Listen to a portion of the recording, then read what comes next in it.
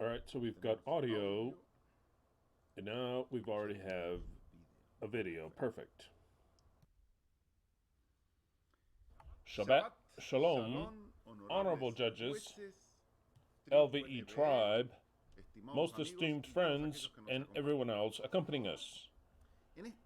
In this rather precious day of Shabbat, from the United States of North America, California, today being the second day of Etanim of the seventh month, or Tishri, of the year 5000, it's Tishri, of the year 5993 in the calendar, today being the 5th of October of the year 2024, in which we shall study yet another chapter of the Spirit of the Feasts 3.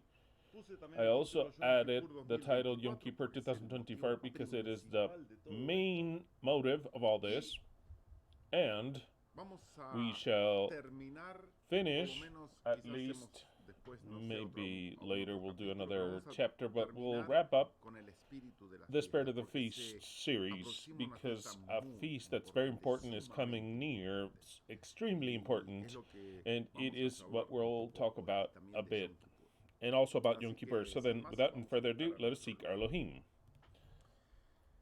Beloved Yahweh, we give you thanks for this day. We give you thanks for life. We give you thanks because you have placed us to live in this last stretch of this creative cycle. And also, Yahweh, we ask you to meet us here in a physical and real manner for next Shabbat at sunset, which will be Etanim the 10th, a date which you designed, which you always said that the people were invoked. Now you are invoked because the people invoke you, your real presence, because we'll do a special date, a feast in which everything that you have placed in your word will be fulfilled. So then we are waiting for you 1 week from now, in which everyone that understands, that signs this declaration, will be a real act and forever written in this declaration of which is issued out towards all the beings that have lived on this earth for these last 6,000 years. We thank you for all this in your precious name, Yahweh Sabaoth. Alleluia. Yahweh has invoked, Yahweh has blessed with 1 more year of life the following members of the Eternal Truth: Meredith Vicente Hernandez, Mexico; Gerardo Filio, Mexico; Roberto Jr. Registre, Joseph, Venezuela; Haniel Hadil Medina Gomez, the Dominican Republic; Mara Rodriguez, Spain; Karina Matsuyama dos Santos, Japan; Heriberto Jr. Cañedo, Mexico. To each and every one of you, a great big hug, many blessings, and may it be your very last birthday under this system. And one last greeting to a person that I don't think they're listening to us anymore, Lázaro Pernos, the Dominican Republic. If you don't listen to us anymore, if you do, then get in touch with us. If not, then we send you one last greeting. We'll take you out of the list because evidently maybe you don't listen to us anymore. So then, each and every one of those that have had a birthday, a great big hug on behalf of us. I'd like to present to you one new character that we have here that is rather spectacular. Of course, that if you're Christian, you're looking at this, you're going to say, this is a character of the devil, diabolical, demons. Well, this was thanks to, and it was given to us by Wilfredo Alieski Salazar. Many thanks, Wilfredo. Of course, this is a wolf, which represented the Power Wolf Band, a powerful wolf. It's a wolf that, of course, is also acting as the Christ, the Christian Christ, which is bearing his cross, is bearing through the Via Dolorosa, as they call it, the path of the cross, and it's a ferocious wolf, and stepping on human skulls of people that have already died. And you say, this is blasphemy. Actually, not with the sense that the Powerwolf band does it, but in the figurative sense, of course, he was the ferocious wolf. Precisely, he said so, that he that stealeth, that killeth, that comes to destroy is the ferocious wolf. It's the wolf. Careful with that. Precisely, Yahweh is the one that sent his people to destroy, steal, and kill, and everything that has to do with the rite of Yom Kippur. So then, if you could see that one that was walking, who was Jesus of Nazareth, actually he was a wolf. It was Yahweh. So then, a better representation than this, spectacular, I loved it. It's hallucinating completely, and crushing all the skulls, all the dead people that he had already killed, Yahweh, for the year 4,000. Imagine how many he has now, millions and millions of people right now that are demanding justice. So then many things, Wilfredo, it's spectacular. This Christ undressed of what people would see. It was Yahweh, who actually was the ferocious wolf also. Very well, so then spectacular. If you're Christian, you're not going to understand this, nor will you understand everything else that follows. So then, because if you don't understand this, then even less what follows. And in speaking about music, I still have my ears buzzing, because yesterday at night, I was delighted, along with Leslie, Angeline, and Brian. We went to go see, because they went to visit us here in Riverside, 2 bands that are spectacular. One of them, which is special to me, because for the year 1983 around, I received in my hands this music, and I was a child, a young man that was in high school. When I would listen to this, it was as if I would be transported to a different dimension. I can't explain it to you, because I know that in every person the music has a different effect. For me, in that time, in all of my youth, I could care less about anything else. I didn't care about women, didn't care about anything. The only thing that would actually make me happy and would transport me to other places, another space, another sensation, it was music. And rather, music especially heavy. And the band that I will tell you about that I went to go watch it was that band that really marked me. Since I would listen to the cassette, it was a cassette, Balls to the Wall. I would listen to Metal Heart. I would listen to Russian Roulette and the previous ones. And actually, the experience that they would make me live, I was able to relive it yesterday, because it's a music that, for me, that it's more than heavenly. And what is called heavenly, it's hymns, actual hymns to me that would enter into my being, and it's as if they would move every cell of mine. The band that I'm talking about is called Accept. Accept, which means to accept. Accept. German band, and of course the vocalist is already separated from the band some years ago. His name is called, or was called, Udo Dixnader, who had such a particular voice, just so you understand, kind of like rotten voice, like that in that time was something unheard of. Of course, now there's 10,000 bands, but all of them separate, and they sustain, they are inspired upon these old bands. And Accept is one of those bands that, in my point of view, invented, it was the origin of speed metal, it was the original of thrash metal, because it started to innovate with fast music, like Rest and Wild, a music that is all of a sudden so fast that for them that had never heard of before at that time, and of course for Christian families, Christian people, Christian churches and schools, it's like if you were listening to Satan himself. And the word accept is accept the demon, give or take. And when I would listen to it, being a son of an Adventist pastor, and I would understand, I didn't understand, give or take, I would believe and I would understand, give or take, that music was not the origin of Jesus or of Christianity precisely. And yes, I would understand that I was in a terrain that was prohibited per se, and that at any point in time Satan would come to possess me, and who knows what would happen with me.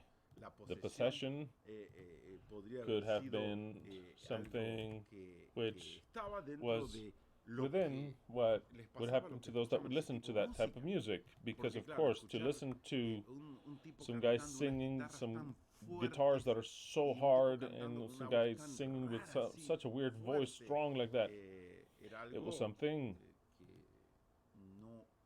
that was not compatible with the religion. It was anti-religion, anti-rules, anti-Christian, precisely. But it was absolutely my passion, and to listen to every one of the songs, I mean, to listen to Metal Heart, which is like a brutal hymn. I watched them live yesterday and I loved it. They have a new singer, which I already knew, which does it pretty good for me. It's not at the level of the original one, but the guitar players are the original ones that I wanted to know, so then I really enjoyed the show. I really enjoyed it. And then later another band played, which of course, part of my heart, of the preferred ones, the band is called KK Priest. KK Priest was formed in 2020 by the original guitarist of Judas Priest, which is called KK Downey. And KK Downey, already just imagine, 72 years old. He was so old there, I told Leslie, oh, this guy is not going to get a heart attack right here, because 72 years old and playing like a true god of metal. He would jump and run, but you see his face. It was the Ancient of Days moving there, the Ancient of Days. But I mean, rather something spectacular. So then he gathered together other musicians that are very good, and a vocalist that is just out of this world, something magnificent, who's called Tim the Reaper. It's a Judas Priest song, which is a pseudonym, Owen. The guy is magnificent singing. He also sang in two different Judas Priest songs, and so he replaced it. And he told us it's not of my preference, but the guy singing is actually something superb. I mean, a voice that's incredible, and oh well. Most of the songs that they sang, it was Judas Priest songs. Many of them, because they only have two CDs in the market. And of course, for me, fabulous, the whole show, fabulous. My ears are still ringing like this. But it was a spectacular theater that they played in here. It's precious, small, from Riverside, in which Brian was telling me that they emitted $30 million to renovate it. In the city, it was built in the year 1929, but it's so beautiful. It's an experience that is surreal, because all the details in the wood, I mean, very luxurious, as if you were watching a concert in a Titanic restaurant, give or take, just so you get an idea. Precious. Of course, I was standing the whole recital. Spectacular. A spectacular show with songs that make you vibrate and that you understand them more, as Breaking the Law. A song of Judas Priest, of course. The people there were, give or take, like Biden. They looked like Biden. It was like Biden, Trump, and all the rest there. I mean, it was like just an old people's fest there. We were two youngins, Leslie and I there, because it was bands that were, I mean, maybe the Americans don't accept a lot. Would accept this, they don't really know it. It's bands that are wow. I mean, absolutely magnificent. but very old. And this band, even if it's new, it's done with old people, people that are already older. And it's not for the youth. The youth are doing something else. Rather spectacular. My ears are still going beep. I was trying to not sing a lot because my voice, I would not have it here. But some songs that were wow. I mean, yesterday I was in the paradise, touching the paradise with my hands. So then I wanted to tell you about that. Speaking about Power Wolf, maybe some of you know the bands that I've mentioned very well. Let us advance quickly. It was super great. Very well.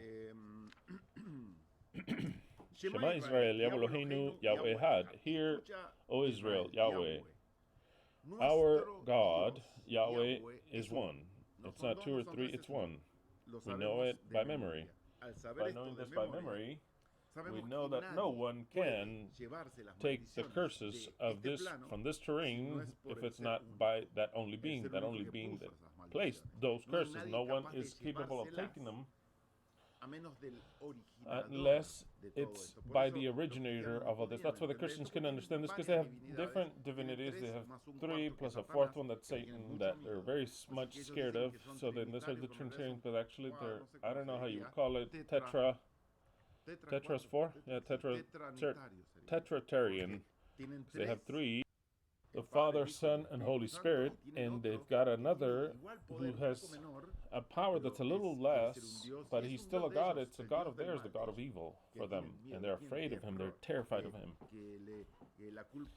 And the guilt of all the evil, the creative, because they even give him the title that he created evil, because they cannot understand that Yahweh created evil. No, they can't understand that. Evil was created by someone, and it's called the mystery of iniquity, and it's a being that, according to them, was called Lucifer, and that Lucifer became the devil and Satan, the ancient serpent, and he is the one to blame for everything. In Adventism, I was taught that that person was Azazel. That is why, at the end of it all sins are placed upon Azazel. During Yom Kippur, the figure, and even the prophetess of Ellen G. White, she saw in vision that everything was placed at the end of times, already in the lake of fire, upon the fallen angel, Lucifer, who was Azazel. And so then he's the very last one where they place all the sins of the whole world. He's the last one to be burned.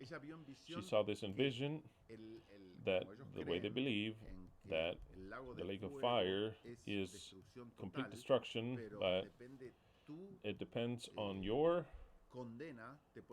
depending on how long your sentence is, you can be burned in a second or some time. And she saw that Satan was the last one to burned up. He was the most evil, the most accursed, the one that bore all the sins of all them. When I was older, I started to listen to the criticism of other Christian churches that would criticize completely, validly so, but I wouldn't understand it that way. The Adventist church, because they would say, the Adventist church is a sectarian denomination and absolutely satanic, because they teach that in the end of it all, the one that takes your sins out of you is Satan. Because instead of it being Christ Jesus, where they place all the sins of his upon him on the cross, like all the Christians believe, in the end of it all, the ones that they place him upon is upon Satan, and you know they're right. The Adventist church, in the end of it all, believes that the one that bears all the sins from you and of all the world is Satan. It is the scapegoat. It's no longer Jesus the scapegoat, but rather it's Satan himself. So then they say in the end of it all, they owe their salvation to Satan. When I heard that, I said, it makes logic, but no. We have the spirit of prophecy, Ellen G. White. We've got the Adventist truth. We've got the Sabbath. And we're going to be saved. All the Adventists and all the rest are crazy, but they were right. They were completely right. Because in the end of it all, the one that takes all the blame is the one that actually saves you. if they place it upon someone else, that scapegoat is the one that saves you. So then, now to understand this already, that there's only one Elohim, Yahweh, who is the one that gave us all these curses, the only being that can take them away, and he himself takes them. There, everything fits in a way that is so harmoniously perfect that the human beings of this world would want to understand it, but they can't. They cannot understand it, just like no Christian could ever comprehend this. They could not comprehend this, and this is a reality. Spectacular. Very well. Proverbs 25:2, it is the glory of Elohim to conceal the word, yet honor of the king is to search out the word. The word is hidden, the word is concealed, the prophecies are concealed, the feasts are concealed, the law is concealed. It is all concealed. Only the kings who will reign for all eternity without end on this earth are the ones which can understand the word, no one else. Amos 3:6-8, Jerusalem 2001. Does the horn sound in a city and the people not be distressed? It is very much related now that we placed the shofar. We played it some days ago. Does the horn sound, does the shofar sound in a city and the people not be distressed? And yes, of course, when we heard it, and it really shocks us. Does an evil come upon a city without it having been provoked by Yahweh? No, of course not. It is all provoked by Yahweh, because there is no Satan apart from Yahweh. No. Nope. No. Nothing does Yahweh do without revealing his secret unto servants, the prophets. So then Yahweh cannot do anything without giving us to know first what he will do. And he makes it be known unto us, because he does not play the shofar, mind you. He makes a human play it. All the feasts of the sanctuary, those who do it are human beings. As the lion roar, who shall not fear? The Lord Yahweh speaketh, who shall not prophesy? Malachi 2:17, ye have wearied Yahweh with your words, and ye say, in what have we wearied him? And that you say that whomever doth evil pleaseth Yahweh, and in such he delighteth, or else, where is the Elohim of justice? Where is he? And that is a question that comes from the soul of all human beings. Believers, non-believers, religious, non-religious. Where is the God that does justice? They worship their God, different versions thereof, but they ask in their heart, why does God not do justice? Where is my God that does justice? Well, their God that does justice does not do justice. The God that does justice is the Messiah. It is implemented in the Word.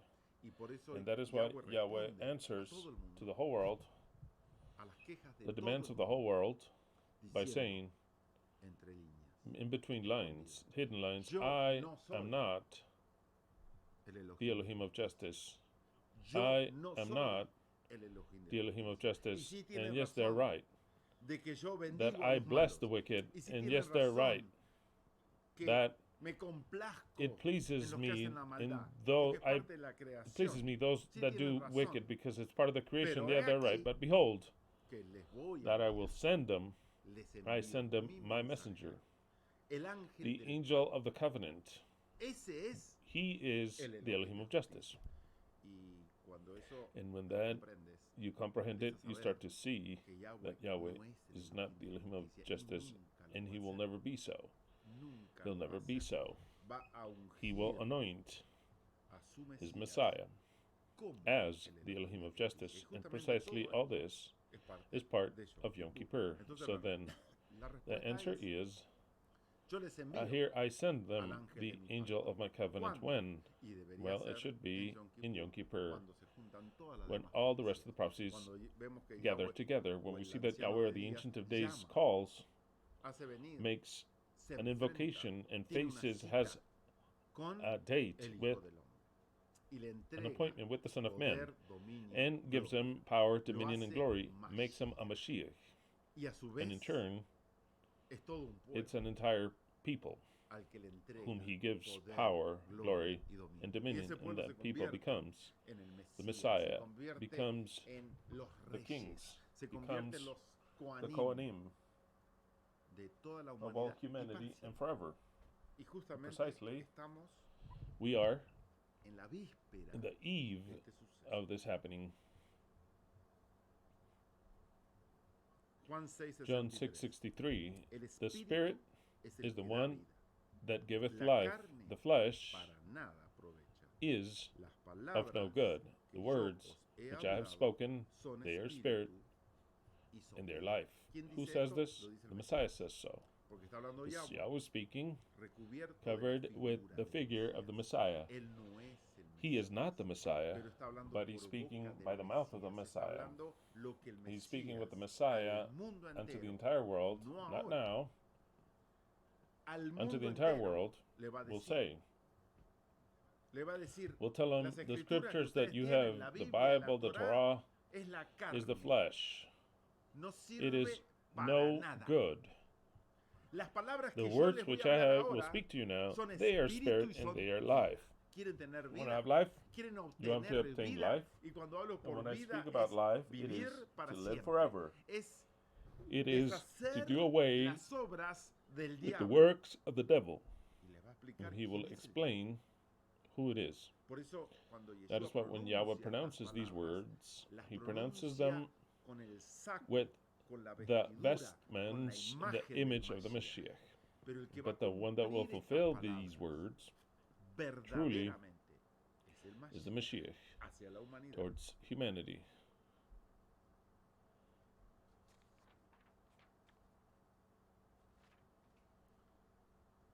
Yes. Where does it say spirito?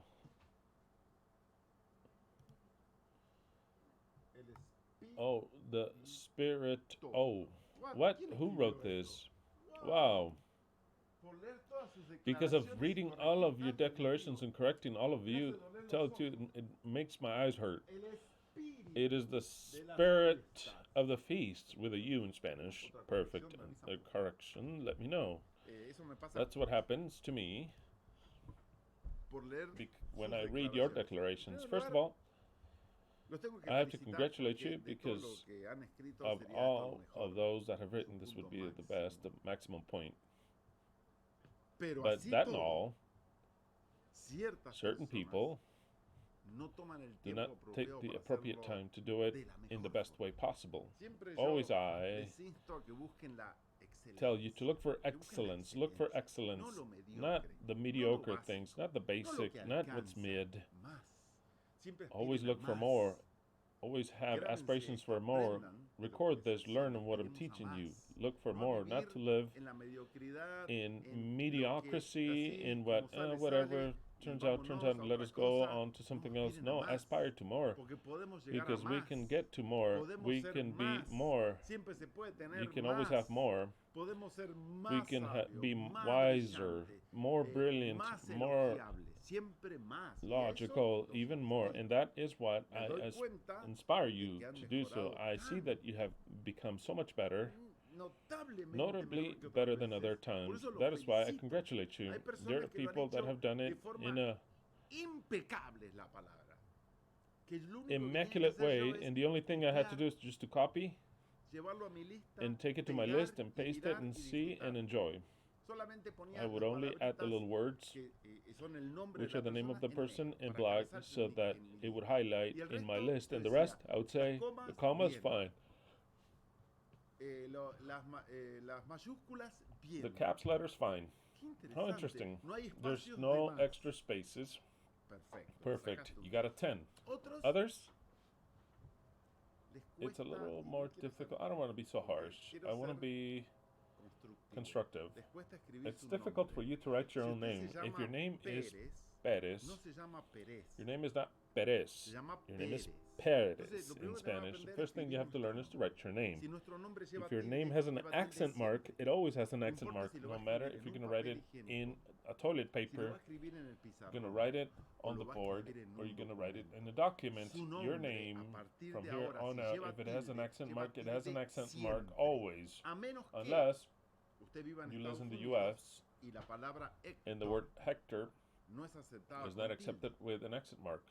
So then it is the only way to save you that you can write it without an accent mark. Because if I read in Spanish the name Hector with no accent mark, I read Hector. Hector is the way it sounds, like any other word that ends in RS and R in this case. Like vector, Hector. But if your name is Hector, that's fine. You have to correct everyone. And they say Hector. No, I'm not Hector. I'm Hector. Oh, okay. Hector. They're correct. But if your name is Hector and you live in a Latin American country where you don't live in the U.S. or England, then you have to always add an accent mark. If you do not get used to, the greatness of a person, record this because or else it makes no sense for me to speak. The greatness of a person is measured in the details. In the details. Every detail. Every detail you add towards greatness. How's that phrase that says that the devil is in the details? Okay, in the details is greatness. Greatness, not when a person gets to be great. If you don't pay attention to details, when we talk about details, it's in every single detail that you do. Are you doing something? The details is what you're going to see if your product is spectacular or dog shit. No, it's well done. It's got good wood. How did you end it? How did you finish it? Did you finish it? The details. The details make the difference in music, in how we look, the details. So then learn to write your own name. If your name is Rodriguez, then it's not Rodriguez, it is Rodriguez, and it bears an accent mark always. Don't ever write it, not even in a little note to buy your food from Mr.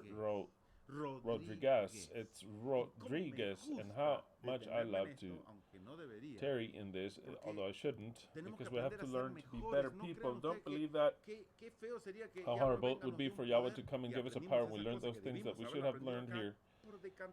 But because out of by magic now we know how to write. When you need one of our notes, you can read it gladly, and pleasure.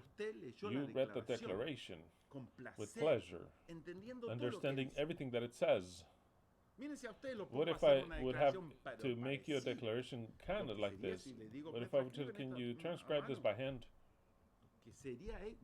I wouldn't even understand what you wrote. Because the commas have to be stuck to the last person. Never a space, never ever. It doesn't exist. The commas have to be stuck to the word. I, comma, not I, space, comma, not I, space, comma. No. So then I say, yeah, it's good to study doctrine, deep doctrine, mysteries. But those that are revealed at a common level, we don't even care about that. I just write however, just whatever. That's why we've got the fucking Hebrew that is no good. The sacred language. God chose the worst language that exists in all this earth. It is a language that is no good whatsoever. Every single word is dog shit. Why? Because they say 50,000 things that can be written in different ways. They don't even know what the fuck it says. Well, that is kind of like the writing of many of you. And I told you that I was going to encourage you. I was going to make you be better. And I want you to be better. And I didn't touch on many of you. Many of you made an effort. You made an effort. But what happens with those that did not make an effort? I did not reject any. I did not reject any. Some, I asked you privately certain things. Others, I added them because evidently you didn't say where you even live. They're like, I'm sure Christian, let it be Christian's job. So then I would get the phrase, the declaration, because I have to copy it. I copy it and I add it to the document. And that's where I start to watch it. The comma, space, names. And your name cannot be all in lowercase. If your name is called Maria, why do you write Maria with lowercase? Is somebody chasing you down with a knife and you could barely write down Mary with a lowercase because you couldn't in any aspect to write a caps letter and caps? I can't understand those things. I can't understand how much patience do I need. I cannot understand how you can write a name without caps letter. It doesn't exist. It does not exist. It does not exist. And no Maria exists either. I've lost the account of how many Marias. I had to correct your own names. The question is why? Let me ask you, why? Why do the Marias, do I have to change their name to Maria? How difficult is it for you to write the Maria? And don't say, oh, because the cell phone. Look it up. Your name is Maria, not Maria, it's Maria. And because of my kindness and grace, I fix your name. I write a higher case, an uppercase later. Why did you write, I signed? I signed. Look, let me ask 10 times, why did you write, I signed? When I told you that it says, I sign. Why did you say I signed in past tense? I just want to know. Why did you say I signed? I'd like to know. Grab one of your brains and say, why did you say I signed?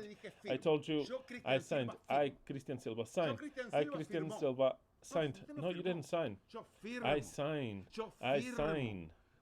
Why do you add the... Why did you put an accent mark in the O, which would be like a D in Spanish? I signed, making it past tense. I want to know.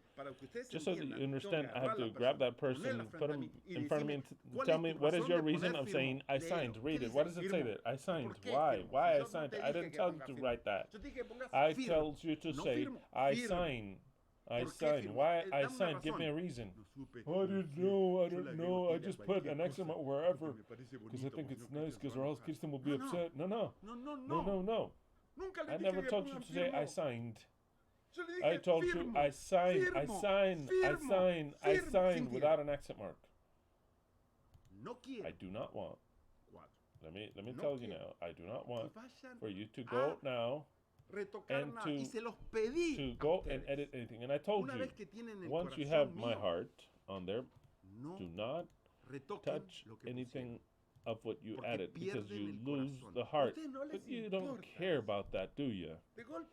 All of a sudden, you have the affirmation already because, look, my mechanics, which is excellence. I take the phrase, I write it on my chart. I correct it. I look at it.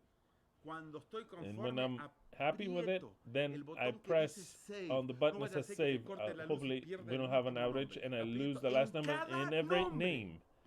I put save on there, and with all this I had Ariel Edgardo Heyer and Gabriel Heyer to make a list parallel to mine of their own. Because we have to get to the same amount of names. Because I like excellence. To compare, if you have an extra name or lesser names, what's going on here? The math has to be the same. So then they have their own list. I make the official list. And they just to check it up. 2 or 3 witnesses. When I see that it's fine, I put save. And barely then is when I go back to the comment and I add a heart. But what did you do? With the heart it says, oh yes. Christian said something about that. Let me go ahead and edit a bit. I don't want you to edit another comment. I had to go back to those that did not have a heart to see what the fuck you did here. What the fuck did you do? Some of them took out a last name. I know that I asked you for just one last name. I know that I asked you. But if you added both, I'll add both. Because maybe you like both of them or 3,000 last names. Of course, because maybe you want to be Juan Garcia de la Torre, Mezcano, Fulano, Mengano, Rodriguez, Fernandez. Those are many names to enter into the list. So then I told you, just give me one last name. Of course. Perez Rodriguez. So then I say, so then I asked you, please only give me one last name. One last name. Maybe you thought about, hey, take out that last name that I added. Let me repeat this. Do not touch anything. Yet another comment that has my heart. Don't touch it. It's kind of like you are slapping me in the face. I'm talking about declarations only, and in the comments I also get upset because sometimes they are left without a heart. Just risk it. Risk it. Don't edit anything. Just risk it. If it was wrong, then it's wrong. Risk it. I hate you editing for those things. Because they lose the heart. Okay. Want that to be clear. Want that to be clear. That I'm asking you something not out of this world. You just have to write I, in a capital letter I. See how many wrote I with a lowercase letter? You always start with a capital letter, always. I don't want to say what countries because I've already made a list in my mind of the poorer countries in scripture. I cannot understand it. I just can't believe it. The fuck did the teacher teach you when you went to go study? How many sentences start with a lowercase letter? Let me ask you. Let me ask you. None. Not a one. So then, I, capital I, and just a Y in Spanish, O, and then a comma stuck to it. Don't say I, just like you say with a lowercase I, and the comma here. Why? Why are there two spaces? I want to. I mean nothing. Forget it. I want to blow up. Why? Why do you put two spaces as why? Why? Why don't you leave us with some say I, and thanks to the comma that you left, I, and you start off like that. So then you say Mario. I Maria or Mario. Mario's okay. I Maria instead of Maria, which would be the correct name. And others say I Maria. Dot I sign, and I'm like, I would understand if you went to night school some time ago last year. You started to write. You had never written in your life. You had never written in your life. So then you start to write, and then it says, okay, fine. I corrected everything. I did not reject any of yours, except for one that sent a declaration that's just whatever. I mean, I'm talking like taken out of his wildest dreams. I don't know. It's already been corrected. So then that's the only one that has said, no, I'm not going to accept this. It doesn't say I signed or nothing. So then the thing is, the comma is stuck to the I comma, space, your name in capital initial letter. If it has an X mark, then add it. If not, then don't add it. However, which way you write it. Well written, like in your document. I, so and so. You want to say a second last name, you're happy that way, then go ahead and add it. You get used to saying it that way, then add it. But I don't care about that. But write it correctly. Write it correctly. Don't ever write down correct, mind you. All that declared, leave it like that, because you're idiots. And if you correct it, I'll take you out of the list. From here on out, I'm not going to give you another heart. I'm such a good heart because I said, poor thing. Exactly. They're already on the list. But don't correct anymore. Don't say signed. But this is the school. This is the school.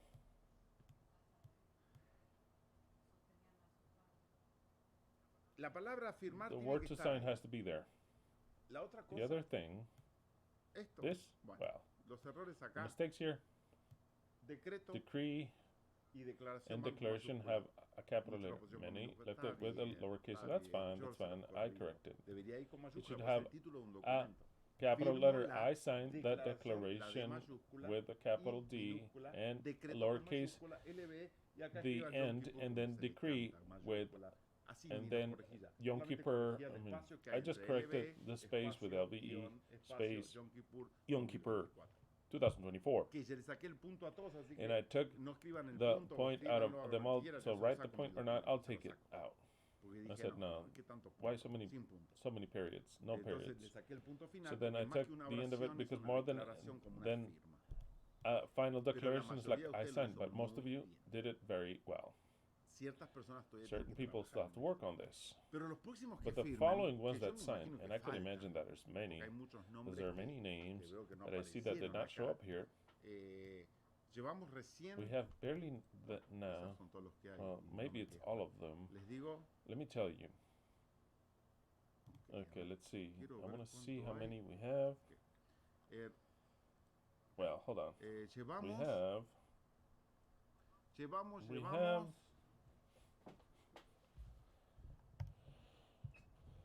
Wow. Wow, you made me work so much. You made me work so much by correcting. What is his name? Is his name? I mean, I don't want to say, because you're gonna. I don't want to scratch you. 443 until I started today. 443, including us. 443. If some of you that is listening to me the Shabbat, because you only turn on your computer the video on the Shabbats and could care less about what we did during Yom Kippur, Yom Teruah, but to go back to watch that video of Yom Teruah integrally, and if you are in agreement and if you want to be a part of this, add your declaration. Something else that I don't want you to do anymore is to comment below below my comment that I fixed and pinned. I never asked you to comment below the comment that I pinned. I asked you not to comment below that. No. Like 16 people or more started to comment and declare right below what I had placed, and they're all there. There's no need for me to even mention you. They can go in and enter because they have the heart, and don't delete them because you already have the heart. You already have the heart. But what can you tell a person that did not pay attention to the details? The details. Details. Do not comment under another comment, because if you comment under another comment, I will not see it. Because I do refresh on the page, and I look for it to tell me the last comments, and if you commented under another person, like many of you did, I won't see it by chance, just by checking there in comments.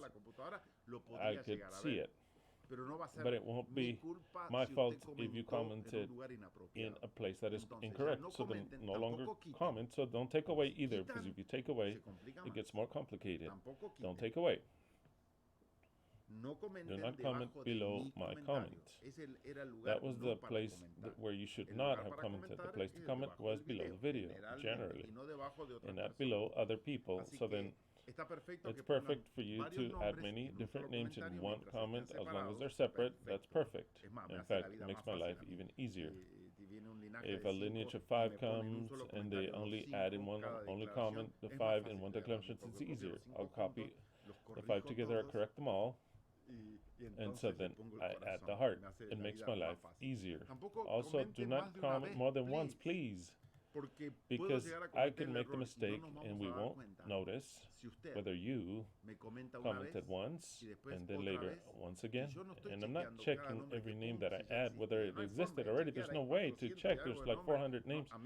No, unless I know the name. And of course, if it's a known name, like, I don't know, Brian Silva, and I see Brian Silva, and then the next day Brian Silva again, so then I remember that I had added him, and I'll look at him and I'll count him. But if it's common names, unfortunately, I'm not going to be able to identify those that are already voted. Only once you receive the heart and then sit back. And I'll give yet another option, which is crazy on my part. It's just completely crazy, but I'll give it. If the next Shabbat at night, when we do the rite and I read the names, You come and you tell me later, I gave you the name and you didn't read it. And I had written the name.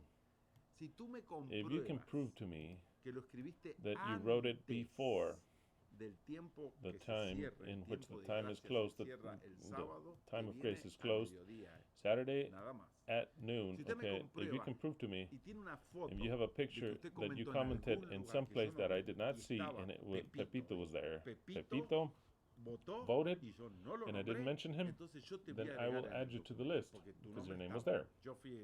I was the idiot that did not see it. But then do this. When you vote, take out a screen cap, a picture for you, for your certainty, for you, not for me. Don't send it to me. It's for you. If, of course, if it'll be effective if I were to not mention it, because I do not want for it to happen like it's already happened, for you to come and tell me, I gave you my name, and you didn't add me in the judgment, and I did add it. It won't be so that way. Now you're going to have proof. You're going to have proof with a date and a picture that you voted, and I'll add it to you. That's fine.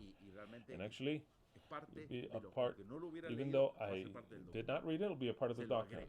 I'll add it manually. I'll add it to the document.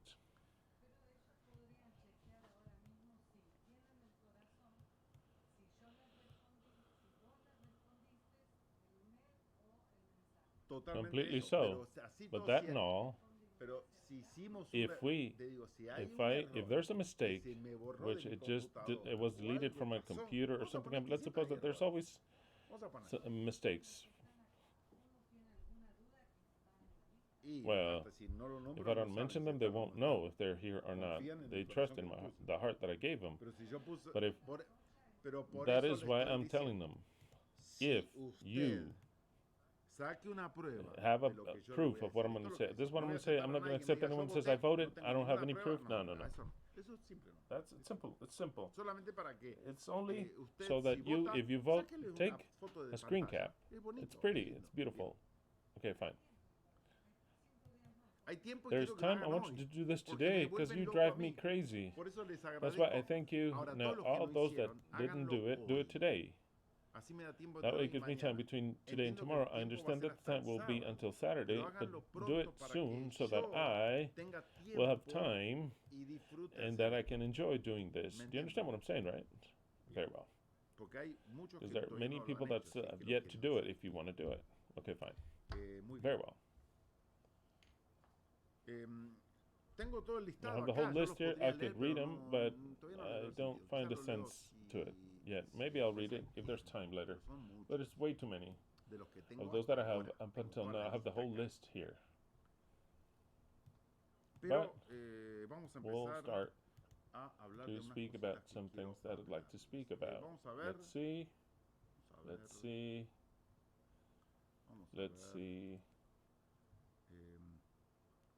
How many likes do we have? 226 likes. You didn't give us a like yet? Then remember, I'll thank you for it. If you have not voted yet, I would like for you to vote or declare, not that you vote, that you declare in the video of Yom Teruah. But that and all, I'll allow for you to also declare in this video also, but it is not the appropriate one. And that and all, I'll see the comments either way, but it's not the appropriate one. If you want to do it in the best way possible, with excellence, look for the video of Yom Teruah, and if you haven't seen it, watch it. But I will also allow, if I find in the declaration in this video, I'll accept it. If I add the heart, then it is accepted. Very well.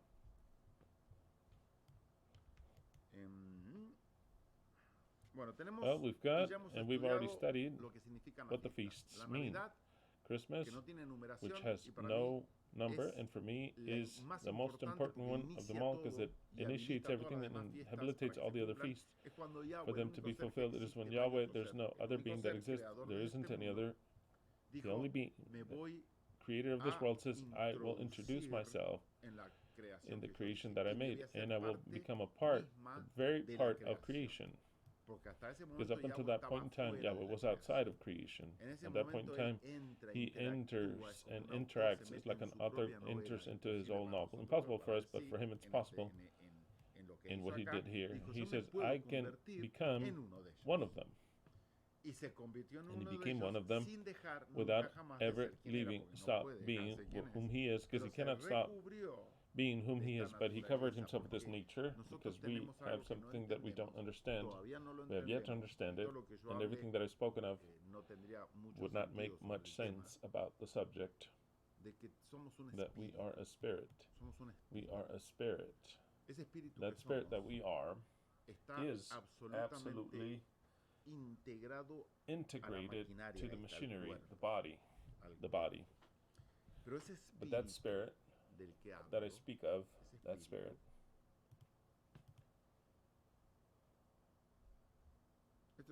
this is a terrain that's completely unproven.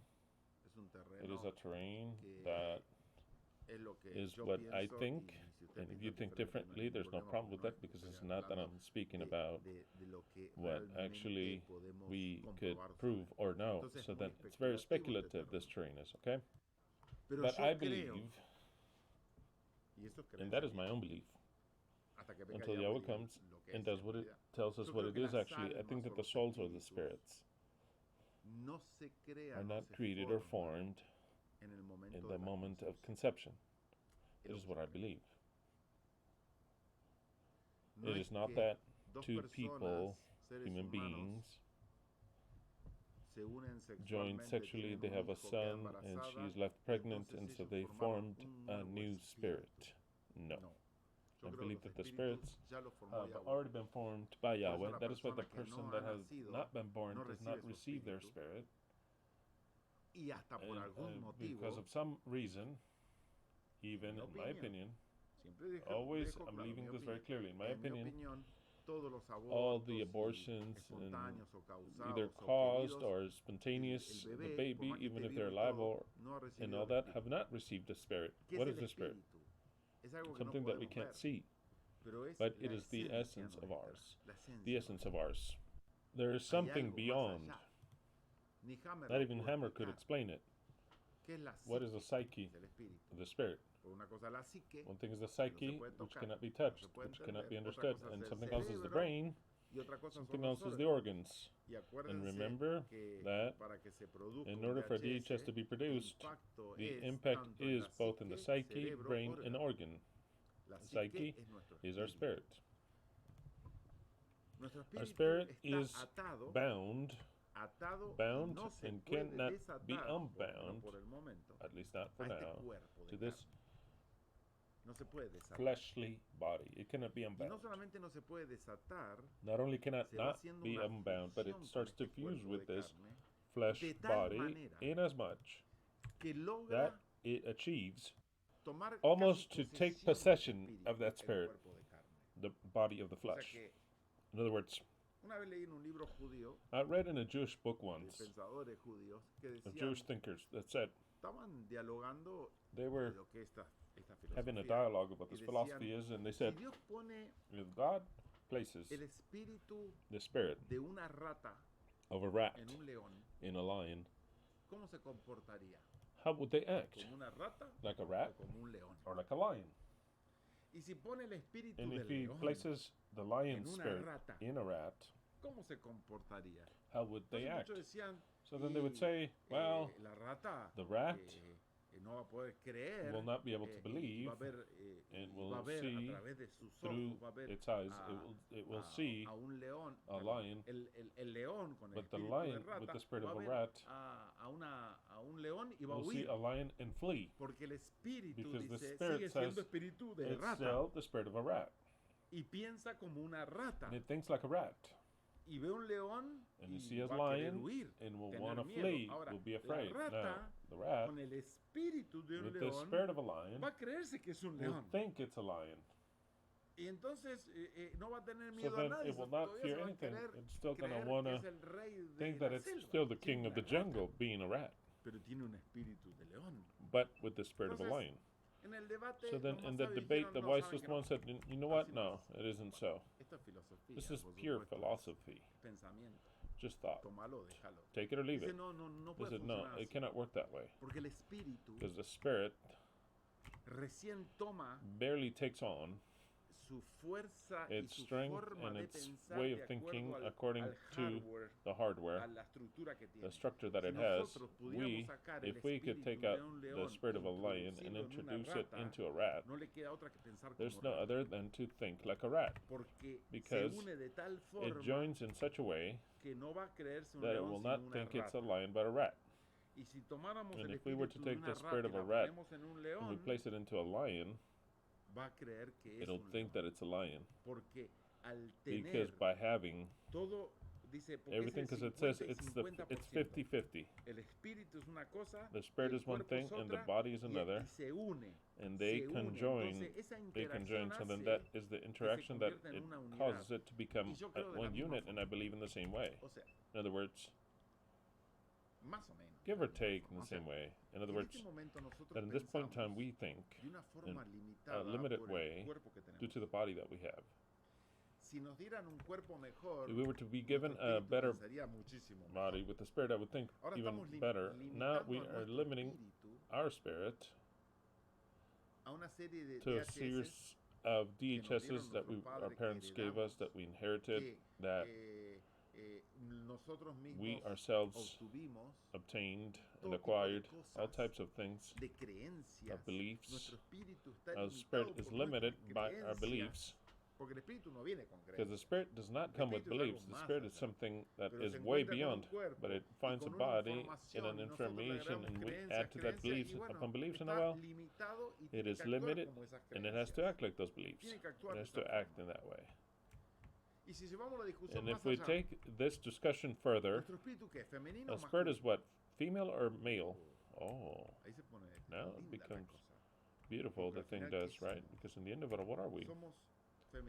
Are we female or male? And the Christian says, no, you're male forever. And I don't believe so. Just like I also don't believe that women are women forever. I also don't believe that. It is the hardware that we were given now. Now I can take an entire program in a computer that is not working well, and the program will work well in that computer, even if it's a good program, excellent. But if the hardware is all fucked up, it stops, it freezes, it just does a short circuit, it heats up, how's the program going to do right there? If it wants to go quickly, but the hardware is not quickly, and the processor is slow, and the program says, well, I have to work with what I have, I'm slow. Now, if I were to grab the very same program and I place it in a different computer that's a lot faster, the very same program, would it act different? Yes or no? So then, the program is limited to the hardware. And that happens many times. Many of you have played games that are limited by the speed of your computers. You could have better graphics, way more speed. Things would be a lot smoother and look a lot prettier. It would all work a lot better, but they're limited to the hardware that you have. So then you say, oh, I wish I had a better video card. Same program, same video, same game, but a better card, and it makes everything run better. And if it could have a better processor, everything would work even better. If it heats up, we'll add a cooling system, a hydro cooling system that can make it be faster and faster. We can boost the computer and overclock it. If you can. If you overclock your computer and you don't have everything that you have, it burns. It dies. But what would happen if our spirit is in a hardware that doesn't give you much? There are some very pretty ones that work very well, and some other ones that, the brain is kind of like, and the spirit says, what do you want me to do with this? What race do you want me to win? You gave me some car that even runs on 3 speeds. It starts to smoke, it starts to like that. And then the other guy is in a Ferrari, of course. Let me drive the Ferrari. Yeah, well, that is what I believe in our human body. It's part of what Yahweh made. What does that have anything to do with what we have to study? I mean, nothing, but it's very fun. Those that could care about it. So then what do I believe? I don't believe in men and women. That's why when they talk to me about gays, this and that, I've already left that already quickly behind. What is your spirit? Don't tell me that. You have a male spirit or feminine spirit when the spirits don't have gender. So then if they were to place this in a different hardware or in a better hardware with better tools, because some came with some tools, some came with different tools. So then of course, the ones that have different tools, they exercise a certain dominion because they have a tool like this, and then ones have another dominion tool like this, and then forget it. But if they change their system, if Yahweh allows us to make a body that's a lot better, there is where all the things come that we'll be able to do.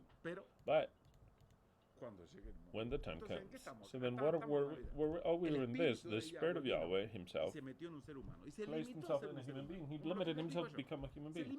Like what it tells, He limited Himself to become a human being. And like a human being, what did He come to do? The Spirit of Christmas, He came to become a man and die. There it is. That is the Spirit of Christmas. Pesach, the first feast. Simple. He had to die. When He came and He was made flesh and He died. Second feast, Matzah. What is it? Well, it's the whole entire affliction related with humanity and the Messiah, Bikurim. The essence of it, what is it? The resurrection. The Spirit came, He became flesh in a body. It's the very same experience. What do I believe in? That all of us have already been created at the beginning of creation, the Spirit, and that we are in a box. And when Yahweh wants, He sends the Spirit. It says, you had to be born in Guatemala. But with that name already, psychologically, we know that something comes. Where did you want to be born? Where did you want to be born? I wanted to be born. No. You're going to enjoy other countries, but that's where you're going to start. Right there. What do you want me to do? That's where you have to be. Another says, and what about me? Arabia, some country over there, Iran. But I wanted to be Jewish. They said, oh no, you have to be Iran. That is the experience you have to live. That's what you had. What you were dealt. And another, Argentina. That's the way it is. Some get to live there and others don't. It could be better or worse. It could be anything. Absolutely anything. Different experiences. But they're already created. Those spirits are. Speculative terrain. The spirits are not created at conception, nor when they are born. It is when Yahweh, who creates, says this guy goes here, this guy goes there, and He is giving things out. The stork was real, it's just that it's Yahweh. He gives it in the order that He wants. And for the spirits that He's already created, it makes a lot more sense. A lot more sense. Is there a difference in the spirits? Then yes, I believe so. There are spirits and spirits, different spirits, different categories in strength, I believe. That's because there are people that have a brutal spirit, and others that, they're scary. Some might say, but it's the hardware. Well, it could be the body also. It could also be that there's a difference in the spirits. With different attitudes, different capacity, what do you call, what the Bible says, different what? Talents, yes, talents. Completely so. They're not going to tell me that in the hardware is there to make music. No, I could never accept that. In the hardware, it's not there to make music. That is found in the Spirit that comes, that He's already a musician. He's a musician, and of course, when He had the chance of making music, is this what I like? Why do you make music? Why do you like it? Because I had a spirit that was inclined towards music. Another word to engineering, another word to speak, another to speak. He likes to speak. He has a talent to speak. Many speak. And then, forget it. But they like to speak. They have talent. And others have completely intelligent. There are some, because Yahweh plays. This is a game.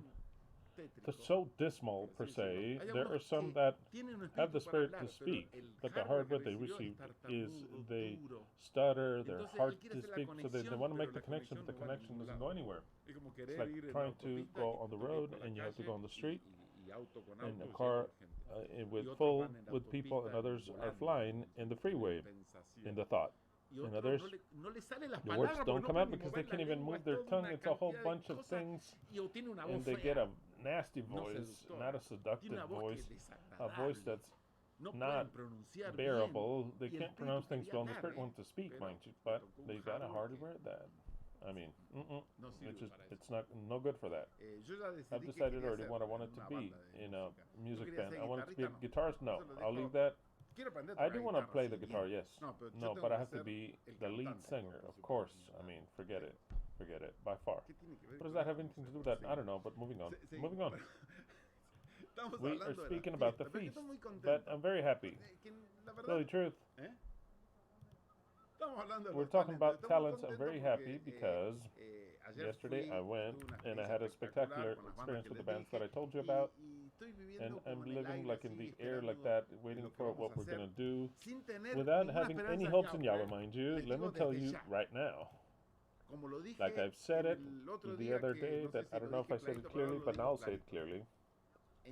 I do not place any hope whatsoever in Yahweh for him to do anything. The only hope is what we do, what I do and what you do.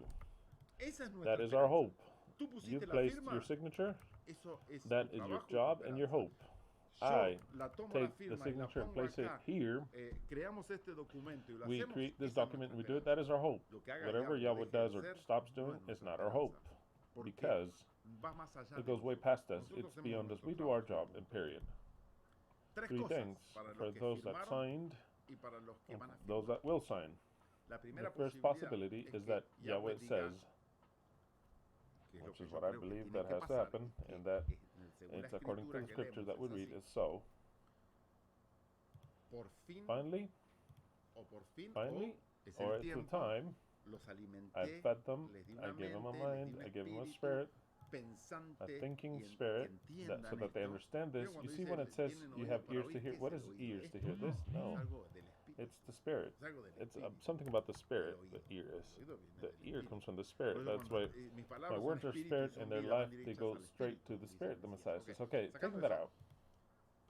First possibility is that Yahweh says, that's the way it is. This is the moment. And this is absolutely the time to fulfill my word, period. That's it, it's over. Perfect. It is all done. It is all confirmed. He does his part. And now we move on to something else. Second option. For nothing to happen absolutely.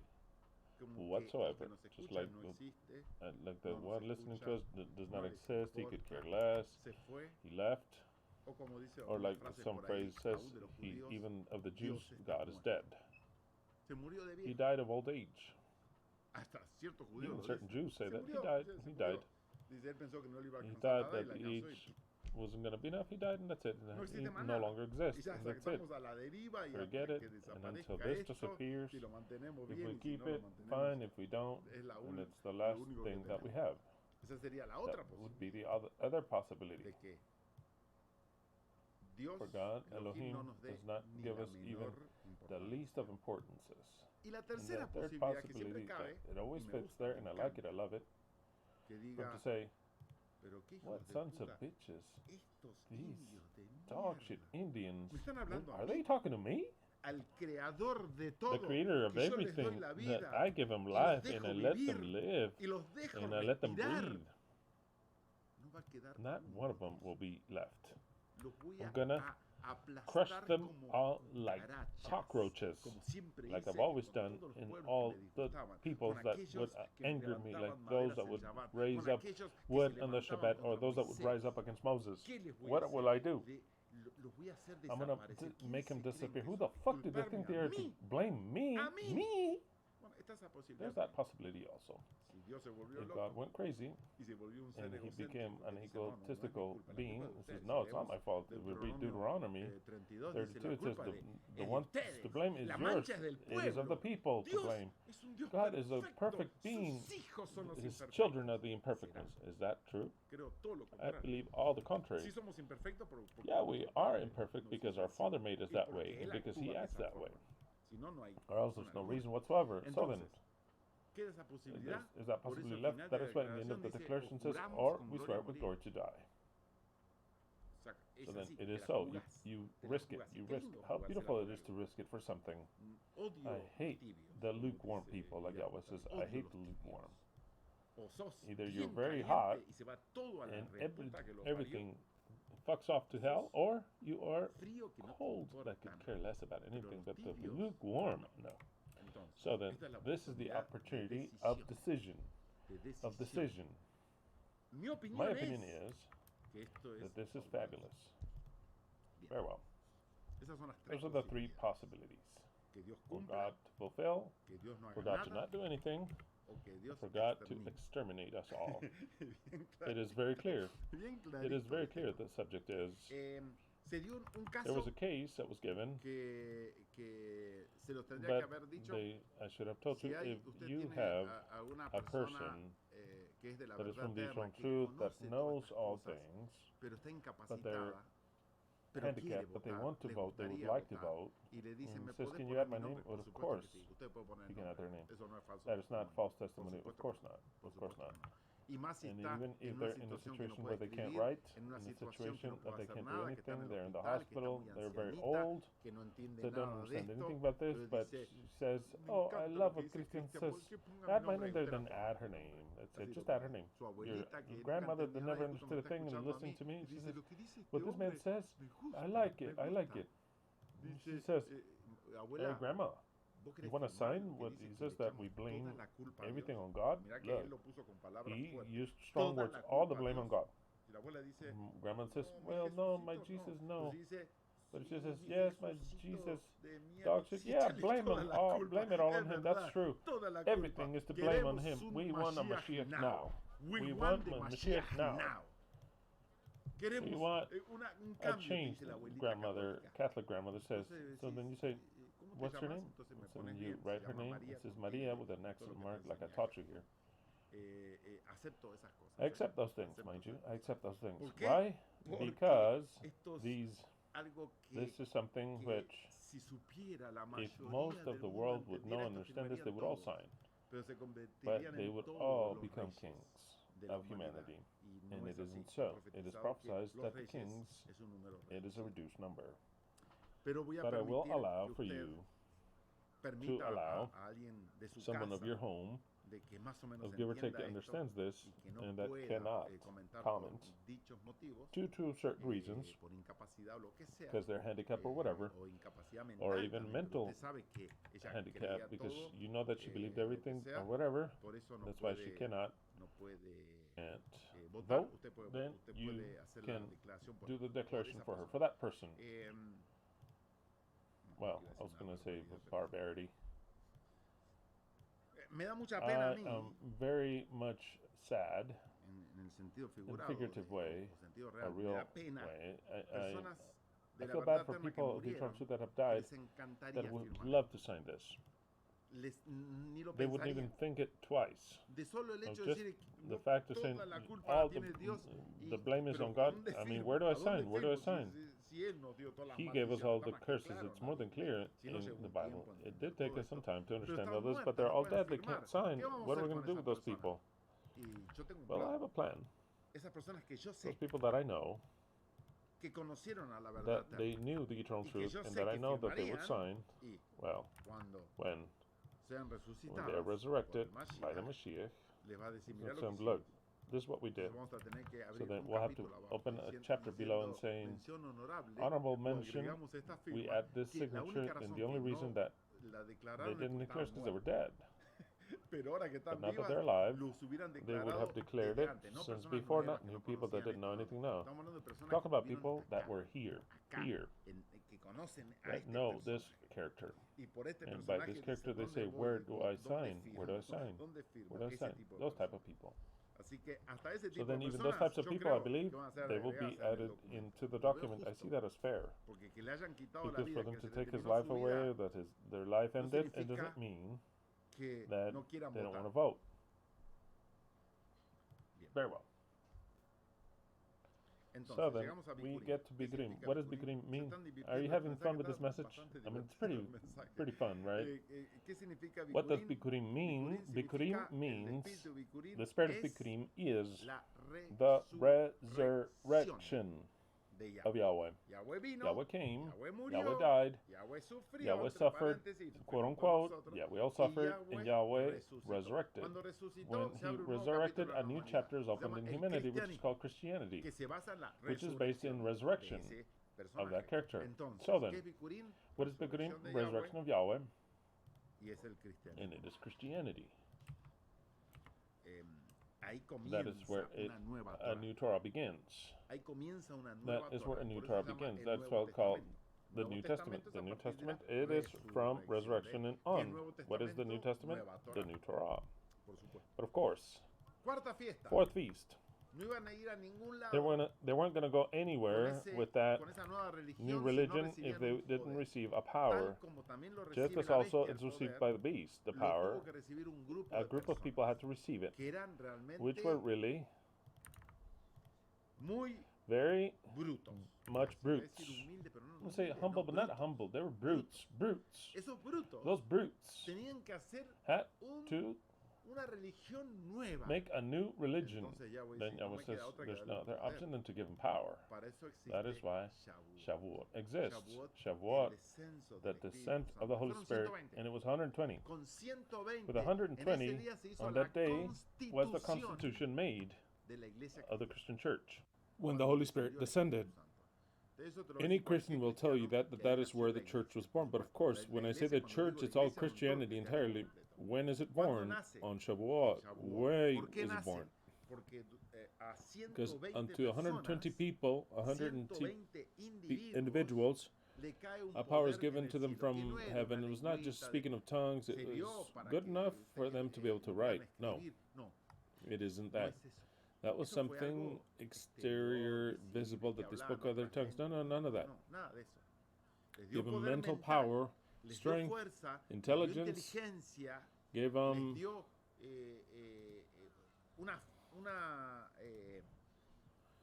them a different spirit, correctly. Gave them an empowering of the Spirit to make of those 120 idiots something that became the greatest religion that exists in all this plane. The greatest religion that exists is Christianity, the greatest of them all. So then they received that power to do that. That was Shavuot. Shom Teruah is the announcement. It is only good for those that will take part of Yom Kippur. Shom Teruah is simply the announcement that Yom Kippur comes. Just like when the lamb would be separated on the 10th day, so that the 14th day it would be sacrificed. So then, on Shavuot it is announced. And how was it fulfilled? Well, we could mention many things. That in the whole world they talk about that the time draweth nigh, that it's the end of times, that the 6,000 years are being fulfilled, that the apocalypse, that the watch, even the scientists say that it's 2 or 3 minutes from 12, from complete doom, complete destruction. So then, that is all what Shom Teruah means, but if we go to the specifics, Shom Teruah meant the announcement that this Yom Kippur comings. Because this Yom Kippur, which is what will live, is the only Yom Kippur in which we will do it this way. To transfer through a rite of your signatures all the sin unto Yahweh, whether he likes it or he doesn't want to, he doesn't like it, he likes it or wants to accept it or not. We transfer all this on him, once and for all. So then, the event that announces that was Shom Teruah. And if you saw it live, it's kind of like if you had seen live, and those that missed out on it, they can watch the replay because they couldn't watch it live. But to have watched it live, in my point of view, was something marvelous. And that is why next Shabbat at 7 p.m. California, there won't be a study. Don't come expecting a study. There won't be a study next Shabbat, but at 7 p.m. in California, when the sun has already gone down and started Yom Kippur for me and for all of you, that is when I will open live in a ceremony, a short one, that will have Yom Kippur for all those who are ready to hear. So then, be attentive and expecting this, since way before the ceremony, I will read every name of yours in this ceremony, this only one, once and for all, marvelous. And we'll transfer to Yahweh everything that the document says, which is everything, all evil, in case I forgot something to write down. Very well. That is what Shom Teruah is. Now let us go to Shom Kippur. What is Shom Kippur? There's no need for me to read anything about Leviticus 16 because we have studied this on innumerable times. Shom Kippur was a feast of purification that, according to the wise Jews, that I'll read something that is interesting from the Jewish book. For them, it is enigmatic. It is one of the feasts in which they cannot find an explanation, a logical one at least. They categorized it as a ministry, and whatever they say, it's just our comments. But actually, it's a mystery, because it's the most important feast. But in turn, it's also the mysterious one. So then they give, and they tell you, this is an explanation of this one, of that one. Actually, we don't know what Yahweh made us do Yom Kippur. It is a feast in which the people of Israel, once and for all, once a year, supposedly, in every daily sacrifice, they would send the sin towards the sanctuary. When you would sacrifice something, whatever, already nauseous religion, but whatever that you have to sacrifice, whatever, a dove or a goat or just whatever it might be, the priest or Cohen had to take a little bit of that blood from the sacrifice you were taking, just a little bit from every sacrifice of all the year, and to enter into the sanctuary, into the holy place, to face the triple curtain. It was 3 curtains that would divide the holy place from the most holy place. So then facing the curtain, he would grab blood and would cast blood towards that curtain. I don't know what type of nastiness that was, unless Elohim did something magical. I mean, imagine how nasty it'd be if you throw blood towards a curtain every day for every sacrifice. What was that? But oh well. Let's forget that it was sick, and let us place ourselves in the right. So then from every sacrifice of the 300 and something days of the year, all the priests would go. I mean, and the line for the sacrifices was permanent. The people would circulate, sacrificing.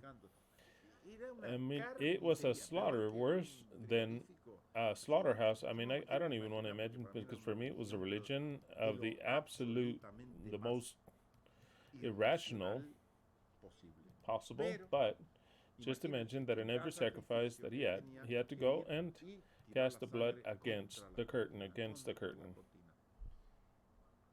When Yom Kippur would arrive, supposedly Yom Kippur was filled, heavy, of the sins of the whole year of the people. All the sins confessed had ended up in the most holy place, cast from outside in that direction into the most holy place. Once a year, You had to supposedly cleanse that charge of sins, take it out of there. It had already been filled. So then that was Yom Kippur, when the high priest would arrive, the Kohen Gadol, with the blood of the he-goat for Yahweh. He would take that blood and would no longer cast it against the curtain, but would enter towards the most holy place and would enter into the most holy place with a cloud of incense, because otherwise there was the warning from God that he would kill him. So then with that blood, once upwards and 7 times in the covering of the ark, which was the mercy seat, the covering of the ark. So then he would sprinkle upwards once, and towards the south, I believe, and then 7 times towards the covering or mercy seat, the covering of the ark. And with that, supposedly, he would take away all the sins in the most holy place and would take them, summing up the ceremony, would take them all that heavy package of sins of the year, and would place them and confess them upon the head of Azazel. The mobile, so that it can be transferred, these sins, was the blood of the he-goat that had the name Yahweh. That was the mobile. If there was no blood of he-goat Yahweh, the sins could not be transferred towards Azazel. Those are the things which the wise Jewish men could not understand. How would the blood of an animal, which represented Yahweh, they can't understand it. They can't understand it. They can't, not even the Christians can, they can't understand it. They think it's the Son of God, the Son. And then later, how does the story go? Because the sins supposedly were nailed to the cross, Paul says, the Christians say, nailed to the cross. That's not what the sanctuary says. The sanctuary says that afterward, that blood is the one that has to carry the sins and take them and place them upon another character which bears the name Azazel. Which, of course, by understanding all the story, we see that that name, Azazel, is the part that is alive of Yahweh. Let me explain. In the moment in which this rite is done, and it had to be done, this rite, in the sanctuary, they would choose 2 male identical goats paid by the same price. And if they would be mixed, they would almost not identify who was which. So then, the high priest, not by choice, but by casting lots, would choose what Yahweh would choose for himself and what for Azazel. So he cast the lots, and whomever would get for Yahweh, they would put a little medal that would say Yahweh. The one that was for Yahweh. The one that was for Yahweh, he had to sacrifice it. What is this in the real world? What is this? The real world, it's this. On Yom Kippur, Yahweh did not die. Yahweh died during Pesach. So then, in order to represent what was to take place in Yom Kippur, he could not die again on Pesach because he already died once and forever. But in order to understand what was to happen and to have fresh blood, then what would be sacrificed was the male goat for Yahweh, but actually, it had already been sacrificed during Pesach. But what they needed is that blood, because it's the only blood which is necessary to take away the sin, because it's the blood that gave the curses, which is the curses that the law gave. It was the only blood that can be cast to take away the curses, because it was the blood that gave the curses. But in turn, it has to be alive. Being alive, it has to be placed upon a living being So in order so as to have that living being to be sent into the desert, into rest, Yahweh must have said, how do I represent this? First of all, I don't want anybody to understand it, because while I think I cover them up. And second of all, in order for them to understand, they have to understand that. At that point in time, it has to be dead and alive at the same time. Dead and alive at the same time. But I cannot do that they kill him and then I make him resurrect. It'll be way too super... What do you call it when something is like surreal? Very weird. And all of a sudden the guy would cut the throat of the he-goat and then comes out and he's alive again. I'm going to do something else. I'm going to do something. But so that the one that has to notice will notice, which they are the same. They're the same. There's no difference between one and the other. They're the same. So then if some Adventist thinks this one is Christ and the other one is Satan, I have to conclude that Christ and Jesus are the same. They're the same power, same nature, same everything. They're the same. Don't say no. Because Christ is Jesus and Satan is the created being. Oh, then they're not the same. But in that representation, they're identical. Identical. So identical that they had to cast lots to see who would get what. What does it mean for them to understand? For the king that understands, it is the same person. But since Yahweh is not going to be doing a ridiculous resurrection of some, he grabs two, he kills one, and the other. So then I'll give him another name to conceal everything, and so that nobody understands anything. Until they understand, those that have to understand, because the death of Yeshua, of Yahweh, no one understood it. They, like idiots, fulfilling Pesach always like the best of the best. When the meaning of Pesach arrived, they did not notice, nor put two and two together, that was Pesach. They didn't even notice. So then what does it mean? That what is written actually is not the way it is fulfilled. And in turn it is. And in turn you cannot see it. They, who was the only people that would keep Pesach, they kept Pesach and didn't notice what they were fulfilling. In fact, they wanted him to die soon because they had to go sacrifice their goat, and they ended up completing the ceremony without them. If they knew that the only people that would celebrate Pesach, fulfilled Pesach, didn't even notice, what can you expect from Yom Kippur? It's not what they say. It is not, but apparently it is. It isn't. It's something else. I'll show you. Pesach and Yom Kippur join. The lamb of Pesach becomes the he-goat for Yahweh, and Azazel becomes the resurrected part of Yahweh. So then Azazel is the resurrected Yahweh. Yahweh is the Yahweh that dies during Pesach. So then, in the spectacular representation, the blood enters into the temple, and the temple is not the temple, but rather is the body, the human being. That's what it is. Because the temple, whatever does he have to purify from the temple, the sins to the temple, it's completely ridiculous. Where the fuck are the sins? In our mental charge. Here it is. Where are the curses? Here. I live them every day, the curses. This white hair is a curse.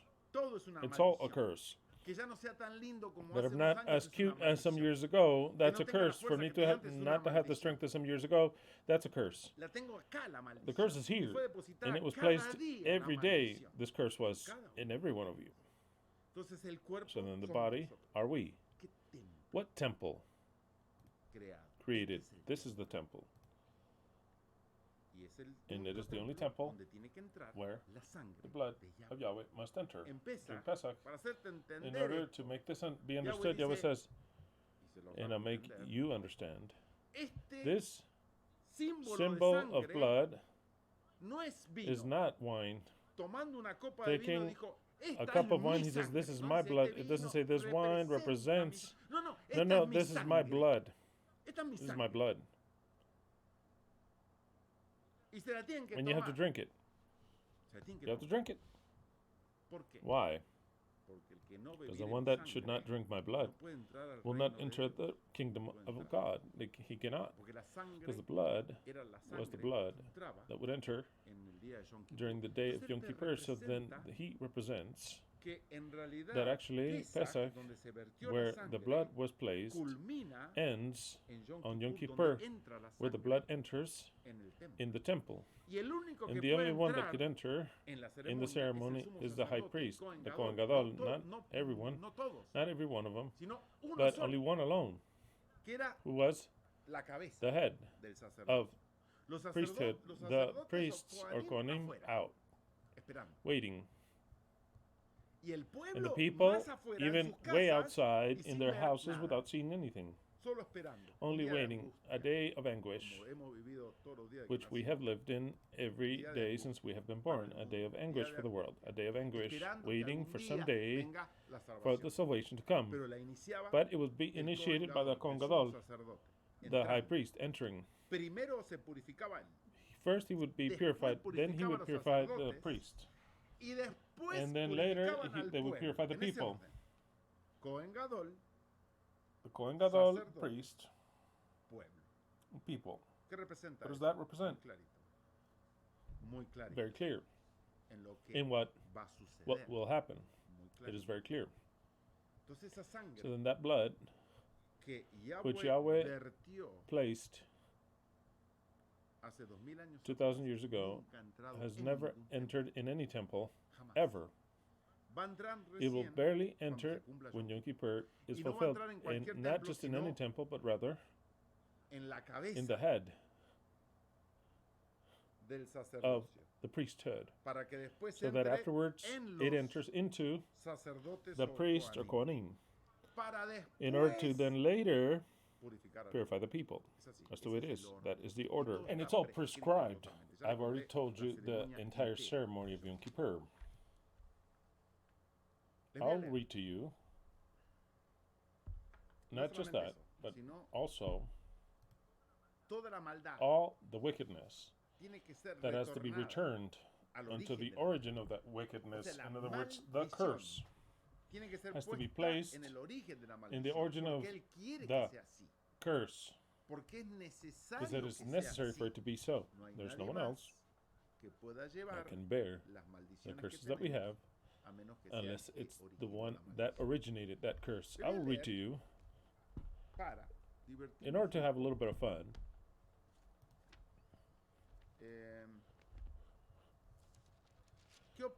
what is the opinion of the Jewish wise men about this subject? And there are things which really surprised me, which I knew, but I want to show these to you.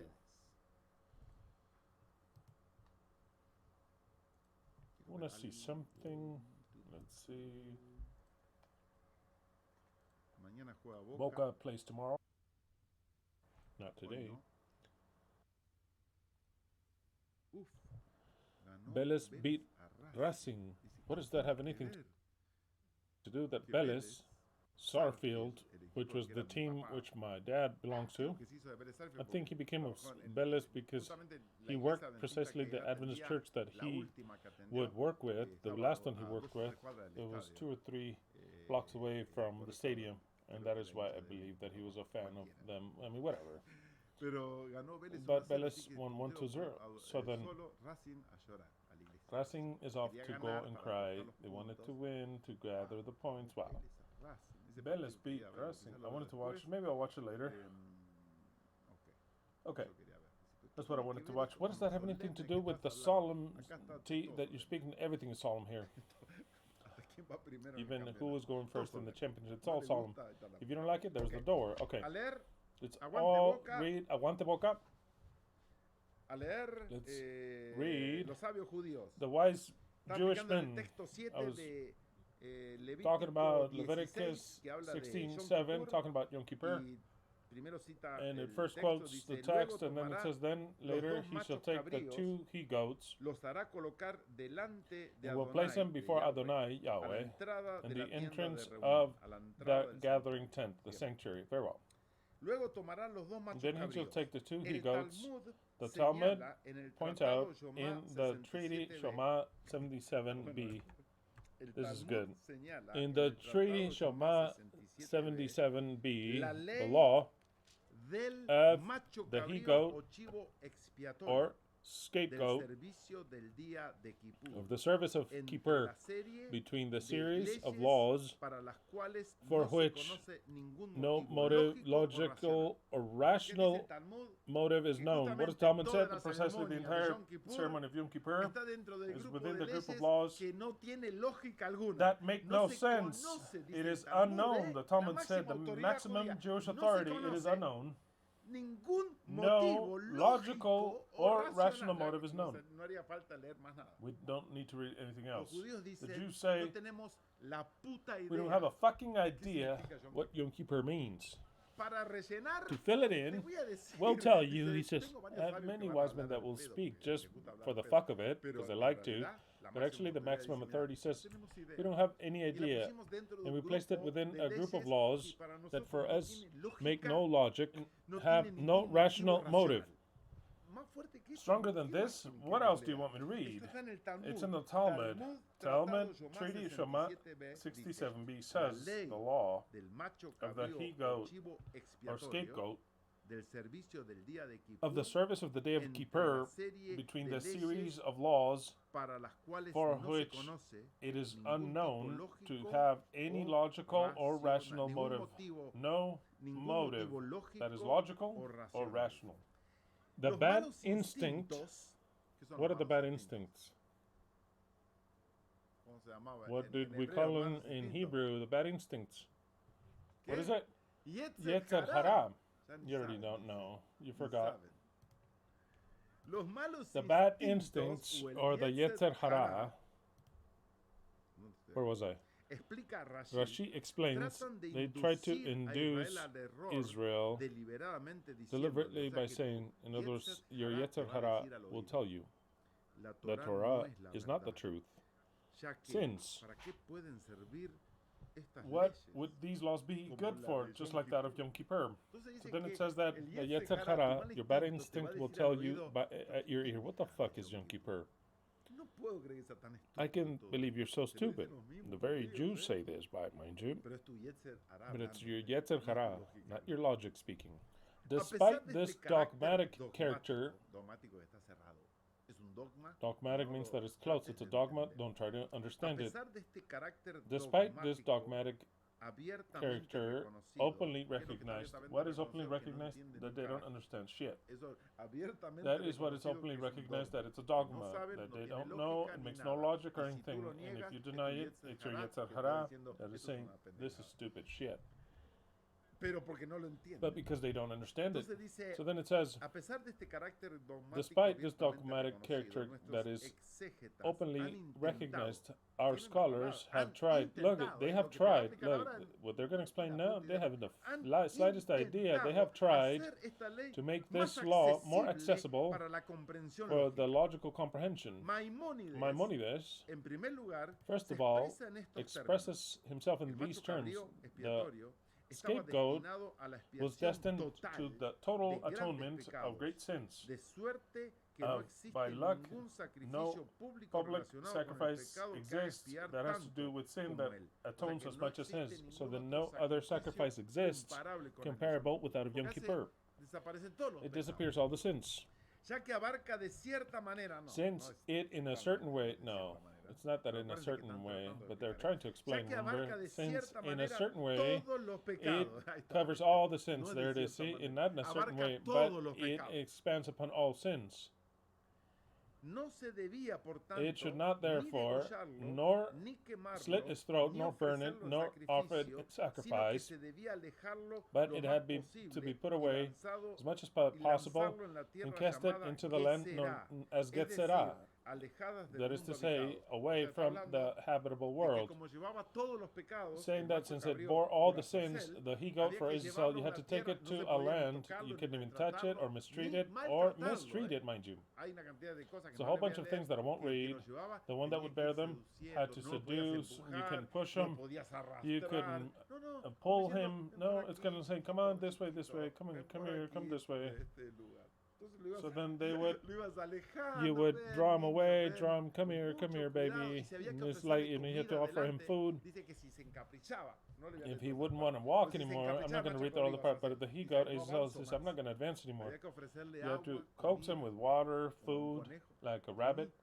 So like, come here, look, this is delicious, and he's going to advance. And under no motive could you punish him or push him, because it was like a divinity the guy was. So then you have to take him, chill. What do you want to do? You want to rest? Okay. But look, there's food here, a little water. Come on, let's go. Let's leave this place. Let's leave this sanctuary. Okay. I'm not going to read this part. It is very dense, everything that they explain. Okay, moving on. Then it says, but rather you should draw him away in the best way possible and cast him into the land called Getzarah. That is to say, away from the inhabited world into a place where there was no people. That's where you had to take it.